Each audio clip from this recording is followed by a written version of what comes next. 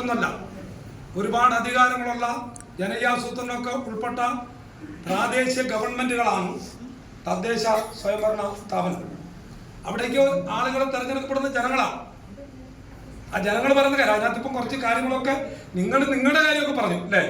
ഞങ്ങളെ സ്വീകരിച്ച് ഇവിടെ വന്ന് വ്യാപാരി വ്യവസായ സമിതി കമ്മിറ്റി ചർച്ച ചെയ്യപ്പെടുന്ന എല്ലാ കാര്യവും ഞങ്ങൾക്ക് നടപ്പാക്കാൻ പറ്റുമെന്ന് തോന്നുന്നില്ല.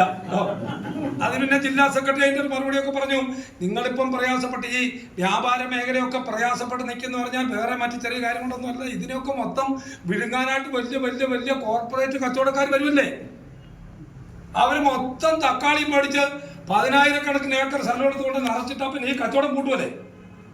അങ്ങനെയല്ല കുറെ കാര്യം, ഒരു കാര്യം മാത്രമല്ല, ഒരുപാട് കാര്യങ്ങളുണ്ട് വ്യാപാര മേഖലയൊക്കെ പ്രയാസം വരാൻ. പക്ഷേ ഈ പ്രയാസങ്ങൾക്ക് ഇടയ്ക്കും അതിക്രമിച്ച് നമ്മൾ കടന്നു പോയേ പറ്റൂ.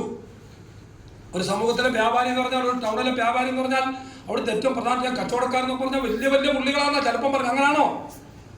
അല്ലെ, പണ്ട് നമ്മൾ കച്ചവടമൊക്കെ നടക്കുമ്പോൾ അതിന് വലിയ കച്ചവടക്കാരൻ എന്നാ പ്രയാസമാണ് അനുഭവിക്കുന്നത്. നിങ്ങളുടെ പ്രയാസം പറഞ്ഞേ. ആ പ്രയാസത്തിനിടയ്ക്ക് വഴിയോര കച്ചവടം എന്ന് പറഞ്ഞേ ഇവിടുന്നോ പാവങ്ങൾ എടുത്തുകൊണ്ട് വന്ന് നടന്നല്ലേ, അവർക്കും ജീവിക്കാനും കുടുംബം ബന്ധമൊക്കെ ഇല്ലേ. ഞങ്ങൾക്കിത് മൊത്തമല്ലേ നോക്കാൻ പറ്റുള്ളൂ.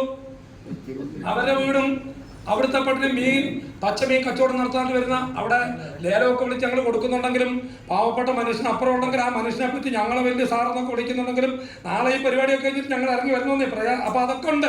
അതിലിപ്പോൾ പറഞ്ഞിട്ടുണ്ട് പ്രത്യേക സ്ഥലമൊക്കെ കണ്ട് നിങ്ങൾക്ക് പ്രയാസം വരാതെ അതിനുള്ള മൊത്തത്തിലുള്ള ആലോചന നടത്തിയിട്ട് നമുക്ക് പോകാൻ വേണ്ടി പറ്റണം. അതാലോചിക്കണം. ഒരു കാര്യമില്ല, അത് ഇവരുടെ പ്രയാസങ്ങൾ നമ്മൾ കേൾക്കണം കേട്ടോ. മറ്റൊന്ന് പ്ലാസ്റ്റിക്. നേരത്തെ ഞങ്ങൾ പിന്നെ പ്ലാസ്റ്റിക് ഒക്കെ വന്ന നേരത്തെ പ്ലാസ്റ്റിക് വരുമ്പോൾ എന്താ പെറുക്കികൾ വരുന്ന പറഞ്ഞേ. ഇപ്പം ആരെങ്കിലും പറയുമോ ഹരിതകർമ്മ സേനക്കാർ പെറുക്കികളാന്ന് പറയുമോ? അവരൊന്നാന്തര സേനയാണ്. അവരില്ലെങ്കിൽ നല്ല അറിവുള്ളവർ, നമ്മളെ പോലുള്ളവരല്ല, നല്ല അറിവുള്ളവർ പറഞ്ഞു ഈ പ്ലാസ്റ്റിക് നമ്മുടെ ചില മഴക്കാലമൊക്കെ വന്നു കഴിഞ്ഞാൽ രോഗം പടർന്നു പിടിക്കുകയാണ്, വിവിധ രോഗങ്ങൾ വരുന്നു, ആള് മരിക്കുന്നു. കണക്കിൽ ഇപ്പൊ കുറെ വ്യത്യാസമില്ലേ. ഡെങ്കിപ്പനി വരുന്നു, അതിലപ്പുറത്ത് വരുന്നു, ഇല്ലാത്ത അസുഖങ്ങൾ വരുന്നു. ഇതൊക്കെ അറിവുള്ളവർ പറഞ്ഞു ഈ പ്ലാസ്റ്റിക് കൊണ്ട് വേസ്റ്റ് കൊണ്ടുണ്ടാക്കുന്ന കുഴപ്പങ്ങൾ ഗുരുതരാണ്. അതുകൊണ്ട് നമ്മൾ ഈ ഭൂമി ജനിച്ചു, അടുത്ത തലമുറയ്ക്ക് ഭൂമി കൊടുക്കണ്ടേ. അപ്പം അത് ആലോചിച്ചാണ് പ്ലാസ്റ്റിക്കിന്റെ ദുരുപയോഗമൊക്കെ കണ്ടറിഞ്ഞ് അത് ഇടപെട്ടില്ലെങ്കിലോ സുനാമി വന്നു. സുനാമി എന്നങ്ങനെ ഇവിടെ നമ്മൾ ഇവിടെ ചെറുപുഴയിലേക്ക് വലിച്ചെറിയുന്ന പ്ലാസ്റ്റിക് ഒഴുകി എവിടെ എത്തും? കടലിലെത്തും. 2050 ആകുമ്പോഴത്തേക്കും കടൽ 30% നിറയുന്ന പറഞ്ഞത്. അവിടെ നിറഞ്ഞു കഴിഞ്ഞാൽ നല്ല മര്യാദയ്ക്ക് കിടന്ന് ആ കടലിനെ ഈ പ്ലാസ്റ്റിക് എല്ലാം എറിഞ്ഞിട്ട് നമ്മളെറിഞ്ഞാണ് അവനവിടെ കിടക്കാൻ പറ്റാത്ത അവസ്ഥ വരുമ്പം അവനൊറ്റ കുടയിലും കുടയും പ്ലാസ്റ്റിക്. അപ്പം കുടയുമ്പോൾ സുനാമി വട്ടത്തിറച്ചിലെത്തും, എത്തുമല്ലേ.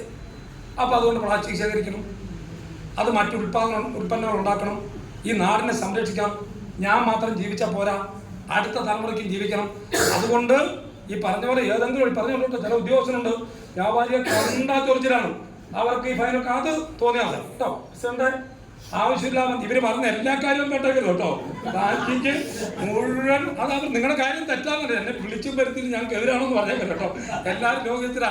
നാളെ വരുമ്പോഴത്തേനും അതാ വിളിച്ചുകൂടെ വരുത്തുകയും ചെയ്തു. അവിടെ വന്നിട്ട് ഈ വർത്തമാനം പറഞ്ഞു വെച്ചാൽ അതിനും കാര്യമുണ്ട്.